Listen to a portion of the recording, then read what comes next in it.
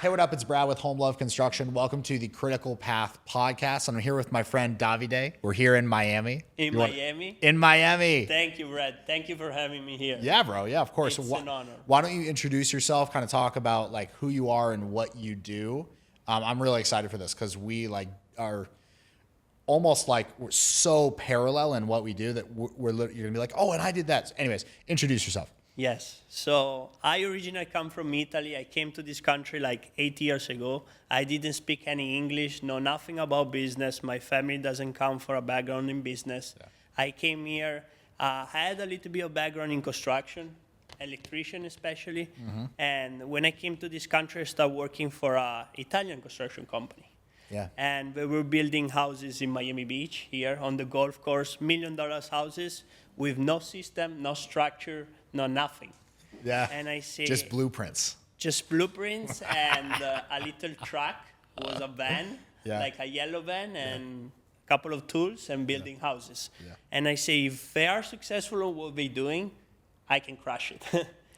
But that's how I start. So then on the way, I meet my partner, which is Carlos, and I joined Cutting Edge, and we work together since then. And then right now I help other construction company grow and scale. And I'm passionate about teaching other people to do the same. Yeah. So that's about me. That's awesome, man. So when you're, God, we have so much to talk about. This is great. When you're first talking to somebody so first off, like who's kind of like, when somebody's coming into your ecosystem for you to help them grow and scale, are they typically at zero, or they typically have a little bit of revenue and like maybe a couple employees? It depends. There are both scenarios. In Cutting Edge, we get people that they have absolutely nothing. Yeah. They don't have no business, and they just have passion about construction. Yeah. And we grew them from be green to great people, you know. But that takes a lot of effort and a lot of energy that we need to spend into that. But we love that. Yeah. On the other side, in my business, I just take companies that are 2 or 3 years in, that they generate at least $1 to $2 million in revenue, that they already prove themselves that they can scale and grow, and they want to stay into the business. I feel like 2 or 3 years is a sweet spot, because if somebody dropped before, you know, they're not serious. Yeah. They jump from one industry to the other. They do everything like different. So I figure out those are the two things. Yeah. Okay. So taking the person who's been in it for 2 to 3 years, they've got $1 million in revenue. What's the first thing that you do with them? Like, what is your starting point? The starting point, I always analyze I see the person. I want to analyze the person, how you are. Are you like an active person? Are you an energetic person? What's your mindset looks like? Yeah. Because it's going to get tough. It's going to get ugly. Yeah. And if you don't have how ugly? Very ugly. Okay, good. Trust me. It's construction. It's going to be ugly. Yes. Yeah. But then becomes the good things, you know, and you know better than me. So you start like analyzing their mindset, analyzing the way that if you give them a task and the way that how fast they execute that task, even if it's a small assignment, how long does it take you to do it? Yeah. And then you start seeing how the people are serious, are they committed? Mm-hmm. They have a mindset that they invest. If they're already investing, like on my mentorship, which is $7,000-8,000, you know, it means they're very serious. It means they want to do something in their life, because that's what I did. Yeah. Years ago, I spent hundreds of thousands of dollars in mentorship, coaching, and businesses to get to the level where I am. You know. Yeah. You do the same. Yeah, yes, I do. Yeah, a lot. So what's so after you make sure that they have the right mindset, what's like the first piece of the business that you tackle? Is it like the hiring, the sales, like where's the starting point for you, or does it really depend on the business? Is there a universal one, or like? For me, start to P, promotion. Promotion, love that. Let's go. Promotion. Yeah. I don't tackle into production. I mean, unless they're struggling, I want to analyze where they are at. if they really struggle to a certain area, we need to fix the area. Yeah. Recover the area before we go to the next things because their attention is there. Yeah. But So you don't want them to be thinking, "Oh, I need to fix this thing," while you're trying to get them to promote, because then they're not going to do it. because their energy, their attention in something that Yeah. is meaning a lot to them, and probably maybe is the right thing. Maybe Yeah. it's not. Yeah. Maybe they thinking is one thing instead is they don't promote enough. Yeah. And that's why we are not successful in business. So It's a always big go problem. back- It's a Yeah. big problem. So promotion for me is the Yeah. biggest thing. And so for any contractors who are watching, you know, you don't have to give away, you know, necessarily your secrets, but like when you tell somebody to promote, what does that actually look like? Yeah, Like, where do you tell them to promote, and what to like? that's a great question. Yeah, thank you. Promotion is really a big and broad topic.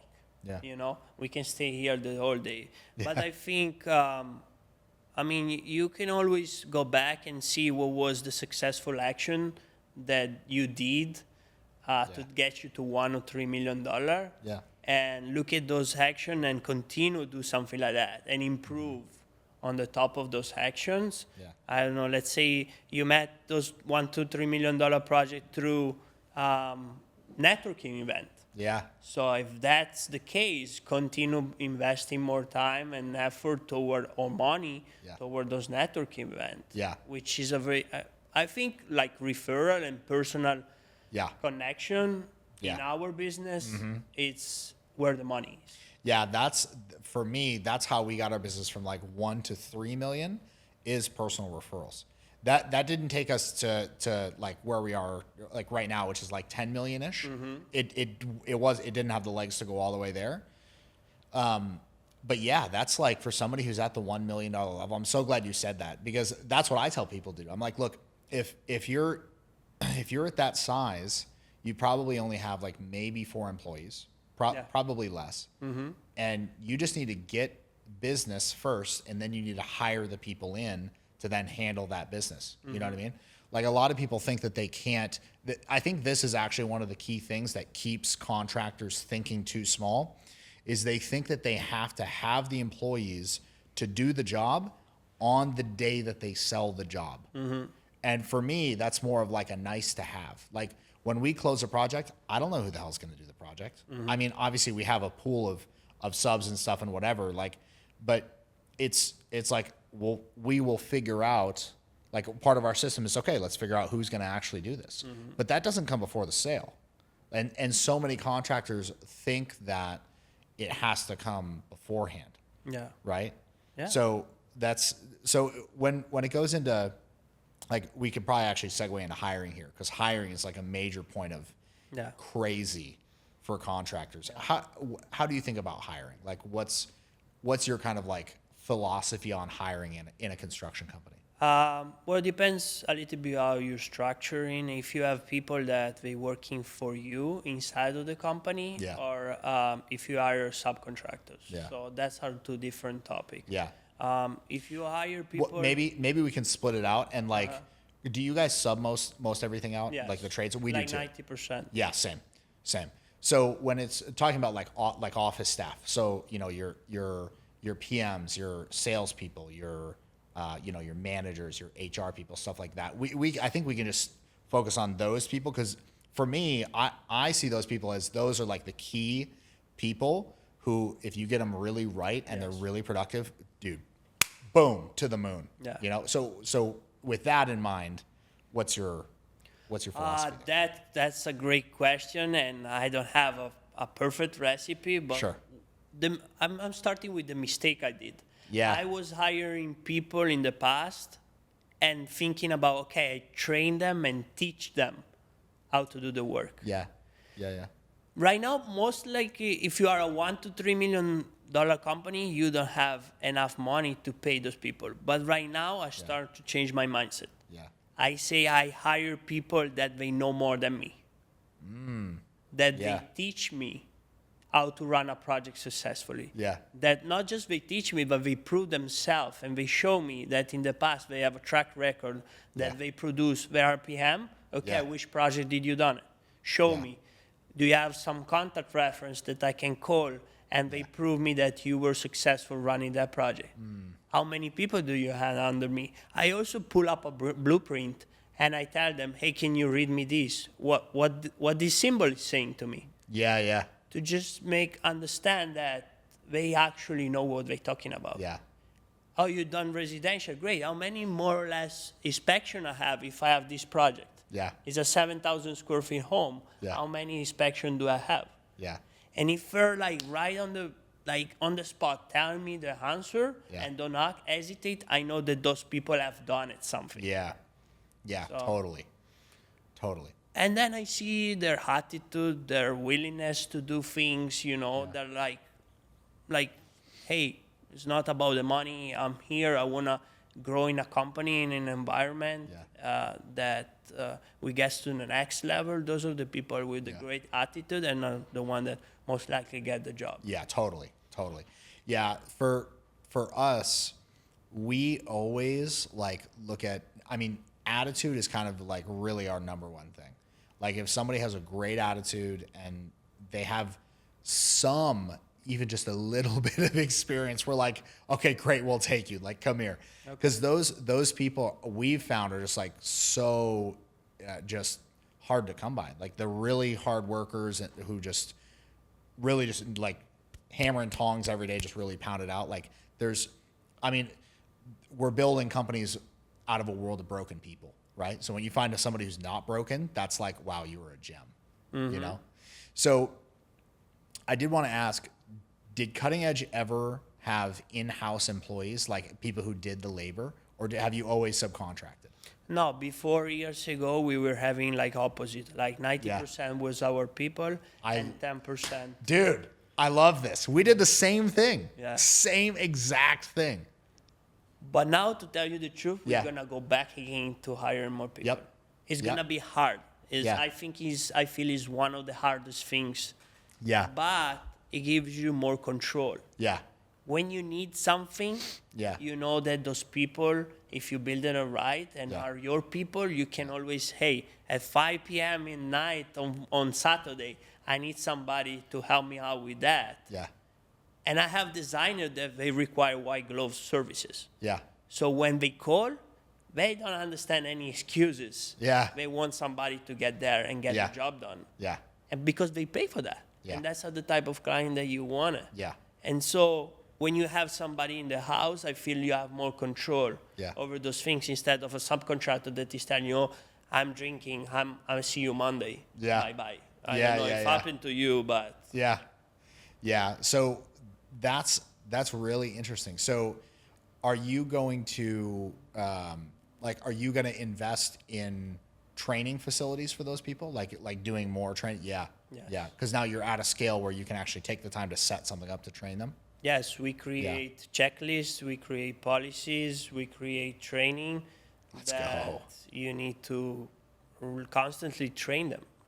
Train them. Hey, this is the rules of the company. This is what you need to do. Yeah. Follow this guideline, follow this checklist. But it's a lot of work. Yeah, it is. It's a lot of work. Yeah. But again, I feel like on the long run, it's going to benefit because you have people that are well trained and then you can close your eyes and they just deliver it. Yeah. Because they know the beautiful. procedure and the system. Yeah. That's in a beautiful word that everything Yeah, of works. course. Yeah. But Yeah. Yeah. So the man, you said something a second ago. I think it was about it was in-house versus sub. So why did you make the switch away from in-house employees a couple of years ago when you made that change? Because like I said, I did the same exact thing. Yeah. I was like, I want to have in-house employees because I want to control it. It was the same logic. I want to have control over the schedule. Oh, and I do want to circle back to the white glove designer thing because that's a critical point. But at a certain point, I was like, okay, I can't hold these people accountable with money because that's one thing that you lose when it's an employee is you can't hold an employee's paycheck. You can't hold it hostage. But with a sub, you can say, hey, here's our punch list. You got to finish this to get the final payment. No, it says it in our agreement. Mm-hmm. Is that a similar? Did you guys go through a similar thing, or why did you move to doing subs? Exactly the similar thing. we were having framing people, and they were paying by day. And we were going on the job site, and we were spot those people sleeping on the floor because they getting paid by day, or they were putting up like three studs in one day, you know, and you tell them, hey, we need to do the whole house. Yeah. Oh, but here, oh, but there, and excuses after excuses, and nothing was getting done. Yeah. And the client was getting mad, Yeah. and then you need to solve the problem, you know. Yeah. Yeah. So like you say, we went back to having subcontractor, having payment term. Hey, you don't finish the roof, you don't get paid. That's right. I'm sorry. Yeah, exactly. Yeah, we're exactly the same, except I'm not sorry. But no, I'm just kidding. Yeah, the thing is, like, what I find, like, one thing that we do that's actually been very successful is every week we have whatever subs are getting paid that week, we announce it to our whole staff. We say, hey, we approved this many payments to this many subcontractors on this many projects, totaling 50, 60, 70,000, whatever, however much the dollar amount is. And then I take that and I post that on our Instagram as well, because I want the community to understand, like, we actually do pay our bills. You know what I mean? So just as a side note, yeah, that's been really good. Like, that's very, very well received by people. I get DMs from people who are like, man, I don't know anything about construction, but this is great that you're doing this. They're just like, people appreciate it when it's like, hey, and I always say, hey, you know, we're supporting small businesses, because subcontractors, that's small businesses, man. Yes. Like, you're literally, that is putting food on somebody's table. Yeah. It's actually a beautiful thing. It's a beautiful thing. And sometimes I look back, and after 8 years, I see that I actually feeding hundreds of family because of your project. Yeah. And I step back and I say, fuck, you know, like, it's great to feel like that way, that you provide food on their tables by giving them project. And sometimes we don't even have to go out and promote. We just feed them constantly with those projects, one after the other. And they're happy, and their family are happy, and all of their dynamics and everything is working properly for that, you know? Yeah, it's awesome. You know, sometimes whenever, like, I get into a really rough spot in the business, I'm like, man, maybe I should just go be a subcontractor. Because I'm like, I haven't had that thought in a while, because things have been going well. But, like, you know, 3-4 years ago, where we were going through kind of a rough spot in our business, I was like, man, if only I could just be a subcontractor, not have to deal with this crap. But on that point of dealing with stuff, you said, you know, having, like, white glove design clients, like your designer clients. Let's talk more about that, because that's been a huge level up in our business, and I'm sure the same in Cutting Edge, is moving to a higher level of clientele. What does that entail? Like, one, how do you think that other contractors can do that? And then two, what is it going to involve that they're going to have to be ready to do? You kind of already said it already, but let's talk more about it. Yeah, this is great. So to find those people, connections. Yeah. Be out there. One of the favorite sentences that I always say, why do you eat your lunch inside of your office when the business is out there? Yeah. So I go to restaurant where I'm spending $100 a day for lunch. Yeah. But it brings me millions of dollars in businesses. Yeah. Because I meet designer, I meet realtor, I meet people that they know designer, I meet homeowners. Yeah. So that's the way I find my business, is through being out and being exposed to the community and the people. Yeah. So that's how you find them. Then once they build the trust. So what Grant Cardone would say about that is lunch out equals sales up. Yeah. Yeah. 100%. Yeah. I thought that sentence came from him. Yeah. That he say, I'm not going to eat with my fellow people, even though I love them, but they don't pay you. Yeah. They don't have a project for you. Yeah, exactly. So why, and it makes absolute sense, you know? Yeah. So that's how you find them. And then after you find them, you need to build a trust with them. Yeah. Which is by doing this, by proving yourself that you show the payment that you make to the subcontractor every week. Yeah. You make them trust you because they prove you that you're constantly there, and show that you are in business, and they can trust you. Yeah. And that's where we start like giving you project. And once we giving you project, then you need to deliver it. Yeah. And when you need to deliver with them is a different level than a normal homeowner. That's what I experienced. Yeah. They are very, very into their design, and they don't want you to change their design for no reason in the world. Right. Which meaning you need to find alternative ways sometimes to build things that are not previously common with homeowner. You say, no, we cannot do it. And we cannot do it, for them doesn't exist. Not an option. That's what I experienced myself. I don't know what's your experience. Yeah. What's funny is in going to, like, we have a client who right now, I think is over their total contract, all things considered, is a little over $2 million with us, which that's our biggest by a factor. Like before that, maybe $1 million, right? So this has kind of come to a whole nother level. And yes, they are like that. They're like, well, just figure out a way to get it done for sure. But what I've also found is that these people have been the easiest people to work for. Like, that's the crazy thing about this, is the most qualified people that you could do business with are also the best to do business with. Yes. Like, I'm friends with these people. You know what I mean? Like, all our biggest clients, I wind up becoming me. Like, I don't handle individual sales. I'm sure you're in a similar situation. Like, I'm not really handling individual cycles with sales or project management with clients. We've got a team that handles that. But the biggest ones, I end up somehow getting connected to them. I go out and see them or whatever, and we just become friends. It's like these people, because it's like what you said, they know other people, and that's not why you become friends with them, but they're just like, they're easy to work with. Have you found that like the best clients? 100%, because most of those clients are busy professionals. Yeah. They have business. Yeah. So they understand that their time is the most precious thing. Yeah. So why we hire a designer? Because they can take out the headache of spending time and energy into designing, when they know that they can pay somebody, because they have money. Yeah. They pay somebody to design their beautiful home like the wife wanna, like they wanna, and then it tell to the designer, hey, hire the best contractor that you can find, and I don't want to deal with that. The only things I want is, by this time, having my house ready, because I need to put my wife in there, otherwise she start bitching on me. Sorry. So, no, it's fine. She bitches at me all the time. Just kidding. You don't. So you actually get hired by designers down here? It might be a different culture in Miami, but do the designers actually pick the contractor? Is that like a thing that happens around here? Yes, it come on both sides. Wow. I've never had that. No, it's not really a thing in Tampa.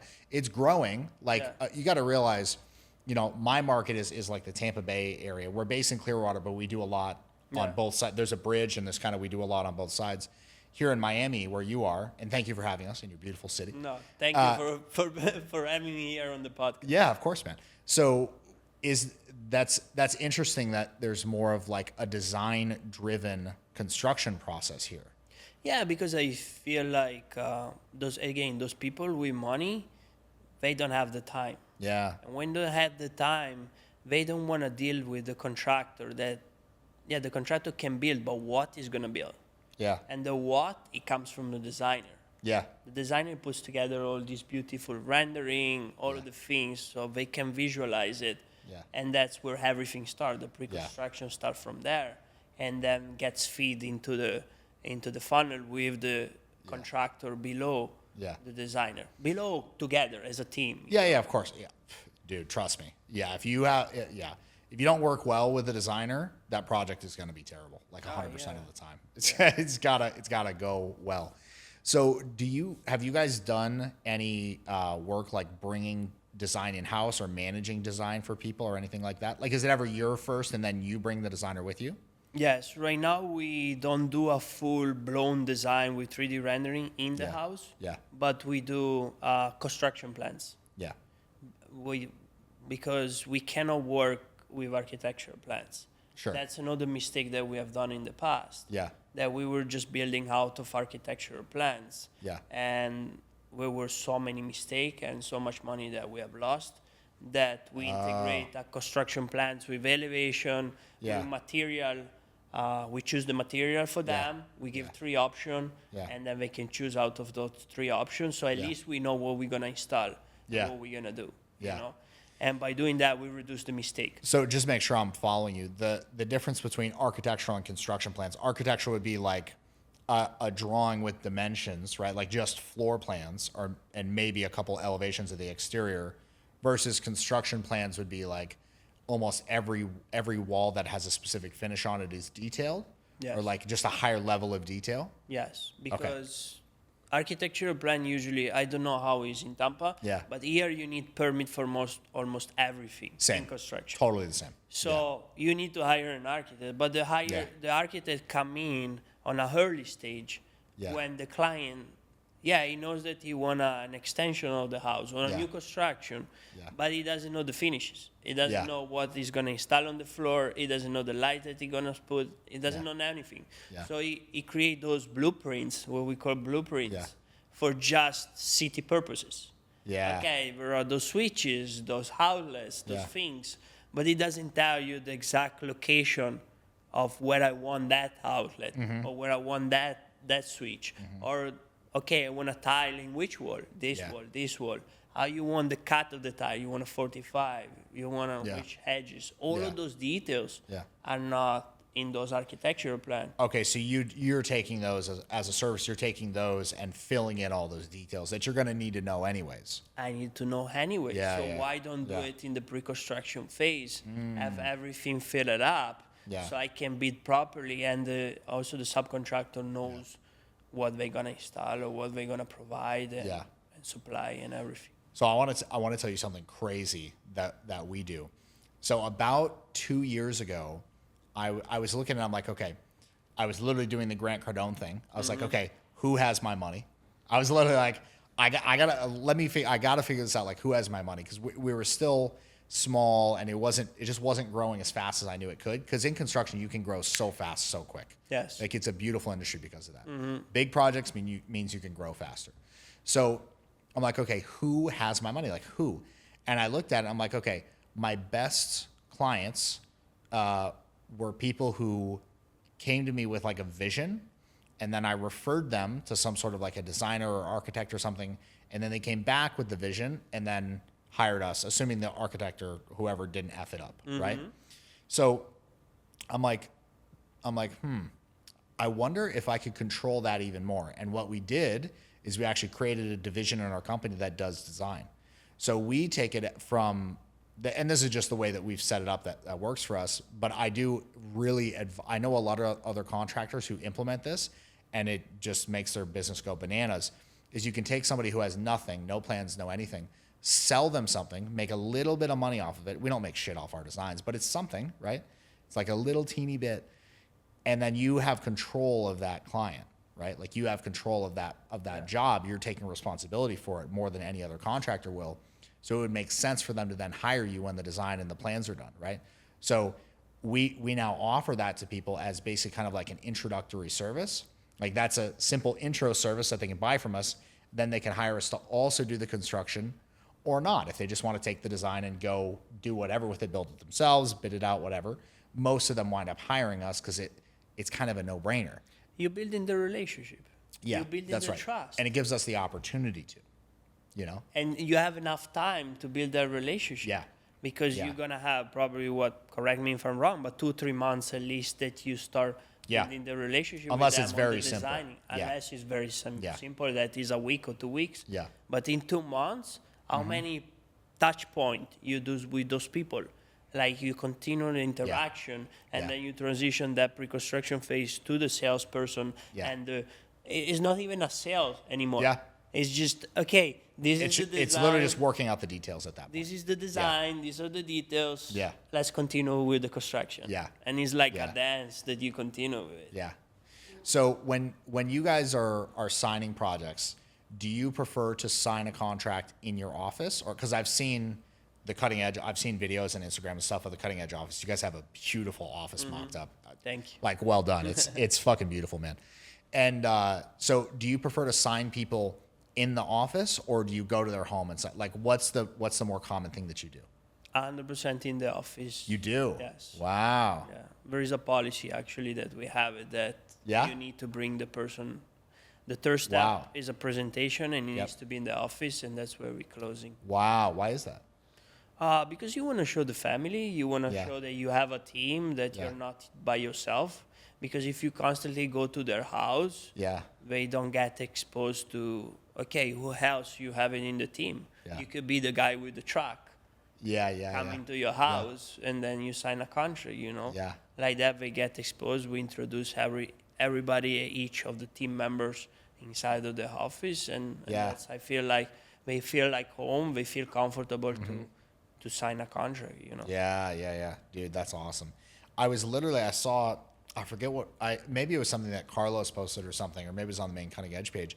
But I remember I saw somebody like setting up a presentation in your conference room, and I was like, oh my God, they bring in their clients and close them in the office. I was like, for whatever reason, I just literally never thought of that as an option, which sounds so stupid as I say it. But it's like, hey, nothing is stupid. That's great. Sometimes we just think a different angle Yeah. of the approach. Yeah, right yeah, here. yeah. I'm learning Yeah. from you. Yeah, You totally. say, hey, I have a whole design team. I don't make that much money, but I build a relationship, and I say, let's integrate as well vertical with a designing team. We just have a selection material person, but why if we bring a designer, a full designer? it's pretty easy. Yeah, it's pretty easy. You can Even if find it's a someone. 1099, like most of ours are 1099, but then we have, control over that cycle. Yeah. And it makes it a lot easier. Yeah. Yeah. 100%. And you still assign a pre-construction project manager to that. Make sure that the relationship and the communication keep flowing well. Because sometimes if you put just the designer with the clients and you don't have a process, it gets messy at the beginning. Yeah. That's Getting that process right has been challenging. But it'd be exactly what you said is a designer with no process may produce beautiful designs, but it's like not necessarily a timely thing. And if it's not timely, you're out the window anyways. non-timely and communication, and we want to feel appreciated. Yeah. That's the three things that are key of success. Yeah, 100%. So we're kind of coming to the end of our time here, but I want to. Wow. Yeah. Time flies. I know, man, it's crazy. But I do want to ask you, like, what if you had to boil it down to the most important principle of running a construction company? You only get one. What would it be? Oof. I already know what you're gonna say. I think I know what you're gonna say. Actually, Yeah, you think? I think so, but I don't want to say it in case I'm wrong. I don't want to be wrong. That's a great question. Thank you. I think connection. Yeah, connection. That's not what I thought you were gonna say. No? Connection. Tell me about that. Because you say that you can grow so fast in any industry in construction, Yeah. and all come down to promotion and connections. If you have that. I thought you were gonna say promotion. Yeah. Which- But for you, those are like hand in glove. It sounds like. Yeah, because you are your brand. Yeah. People they want to buy from Brad. Yeah. Yes, you Yeah, have a it's true. beautiful company. Yeah. No, you're right. But Yeah. how many leads you generate yourself through your social media because you just put your face Yeah. and you just put a post It's and a lot. everything. Yeah. And you call it promotion, but in reality you connect with people through Instagram. Yeah. Because they like you, because they see you, because you constantly post, they trust you, and that's how you build a relationship. Yeah. And that's how they become your customer. Yeah. If there's a contractor who's out there who's maybe doing, you know what? I'm thinking of my friend. I'm thinking of my friend Bill. He's in California. It's just him. He's doing all the work himself. Right. What would your advice be to somebody like that in order to get out of the field and into having a business rather than just having a job doing construction? So to write down whatever he's doing during the day, Yeah. write down all your hats. Hats in meanings what you currently do day by day task, and then start seeing which tasks are actually worth to keep it and which one are not, and trying to find already a way to delegate to somebody the tasks that are not producing this, and keep the one that they producing money, and start slowly with another thing, change your mindset. Yeah. what the hell you still working with your hands inside of? Bill, what the hell are you thinking? He'll definitely see this. Yeah, love you. I can't wait to get a DM from him. He'll love the shout out. I think it's awesome. Yeah. Yeah. So yeah, why you keep using your hands? And think about it. You can work just 12 hours a day with your hands, Yeah. and producing what by yourself?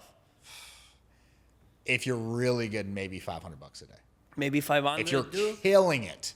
Craft, like $900 because you're like a top. Oh, dude, person. no, you're not gonna make $900 with your hands. I don't know, man. That'd be tough. You'd have to go so fast. That's right. Yeah. But maybe you do and you'd have to never very mess up. niche-y. Yeah, fine. Something very But like Venetian plaster or something. Yeah, Yeah, that you could do. Yeah. Okay, you make Okay, 900. fine. Yeah. But when you multiply yourself through other people, it's unlimited what you can make. It's unlimited, and that's 900,000 a day. Yeah, why not? Yeah. Why not 9 million a day? That's right. There you go. You know. I didn't want to, it might be unreal to some people, 9 million a day in construction. How could that be possible, Davide? I'm sure there Somebody's is doing plenty of company doing that. Yeah. It Yeah. is. Absolutely. It's just about believing in also, Yeah. If you don't believe it, you can make it. You're never gonna get to there. Yeah. So what's the 10-year target for you and for Cutting Edge? Like, where do you want to be in 10 years? 2034. To tell you the truth, right now we are in a phase that I'm working more on acquiring other business and working on construction businesses that they wanna run between $1 and $3 million and they wanna grow and scale. I wanna get that company, stabilize them and acquire them and then grow them to 15, 20, 30 millions, and then maybe join them or sell them. So I'm more focused on that than actually the construction. But I know Carlos and the vision that we have is 150 million in 10 years. Wow. Beautiful, man. That's awesome. That's great.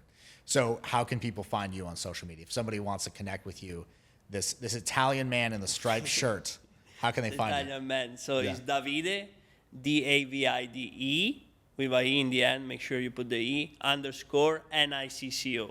So that's my Instagram. Yeah. You can find my page. And again, thank you, Brad, for having me here. It was like an amazing conversation. I didn't even feel it was 1 hour. Yeah. Thank you, man. Yeah, I appreciate it. It's been a pleasure. Yes. And I'm looking forward to doing this again next year and seeing how Cutting Edge is already at 150 million in a year. Yes, why not? Yeah, let's see it, dude. Awesome.